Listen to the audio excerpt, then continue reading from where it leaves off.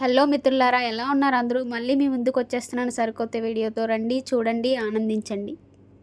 ఈ వీడియోలో మీ అందరికీ తోటకూర ఫ్రై వెరైటీగా తయారు చేయడం ఎలా అనేది చూపిస్తున్నాను. స్కిప్ చేయకుండా జాగ్రత్తగా చూసియండి. ఇంకా మామూలుగా ఉండదండి, ఫ్రై తిన్నాక సూపర్గా ఉంటుంది. ముందు తోటకూర బాగా వాష్ చేసుకొని 2 సార్లు బాగా కట్ చేసుకొని ఒక బౌల్లోకి తీసుకోండి. ఈ తోటకూరని ఏం చేస్తున్నామంటే మేము ఫస్ట్ దీన్ని బాగా ఉడికించుకుంటున్నాం. కొంచెం రాక్ సాల్ట్ యాడ్ చేసుకోండి, అది ఆరోగ్యానికి మంచిదంట, మా ఫ్రెండ్ చెప్పింది. వెరైటీ అన్నాను కదా, ఇక్కడ కనిపించేవన్నీ వెరైటీ వస్తువులు. ఎండుమిర్చి, వెల్లుల్లిపాయలు, వేరుశనగలు, వేపిన శనగపప్పు, ఇవన్నీ తీసుకొని ముందుగా వేపిన శనగపప్పు, వేరుశనగలు బాగా గ్రైండ్ చేసుకున్న తర్వాత అందులో వెల్లుల్లిపాయలు, ఎండుమిర్చి యాడ్ చేసి అవి బాగా పౌడర్ అయ్యేలాగా బాగా మిక్సీలో బాగా పట్టించుకోవాలి. అప్పుడే టేస్ట్ అనేది గుమగుమలాడుతుంది.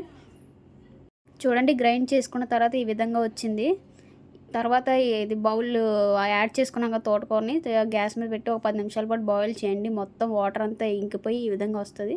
తర్వాత పోపు పెట్టుకుంటున్నాం. మీకు తెలిసిందే కదా పోపులన్నీ ఏం తీసుకోవాలో. చక్కగా ఆయిల్ వేసుకోండి, పోపులు వేసుకోండి, బాగా కలుపుకోండి. ఫ్రై అయ్యాక ఎండుమిర్చి, కరివేపాకులు ఇవన్నీ బాగా యాడ్ చేసుకుని అవి ఫ్రై అయ్యాక ముందుగా ఉడకబెట్టుకున్న తోటకూరని తీసి ఆ ఫ్రైలో కలుపుకోండి. బాగా మొత్తం అంతా చూసారా పోపులు ఎలా డ్యాన్స్ చేస్తున్నాయో.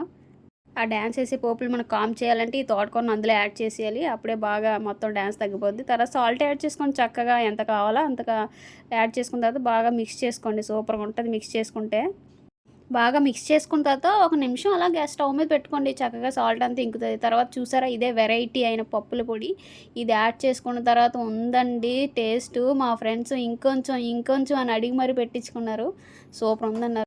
మాకైతే ఇలా వచ్చింది. మీరు కూడా ట్రై చేసేయండి. బాయ్, మళ్ళీ నెక్స్ట్ వీడియోలో కలుద్దాం.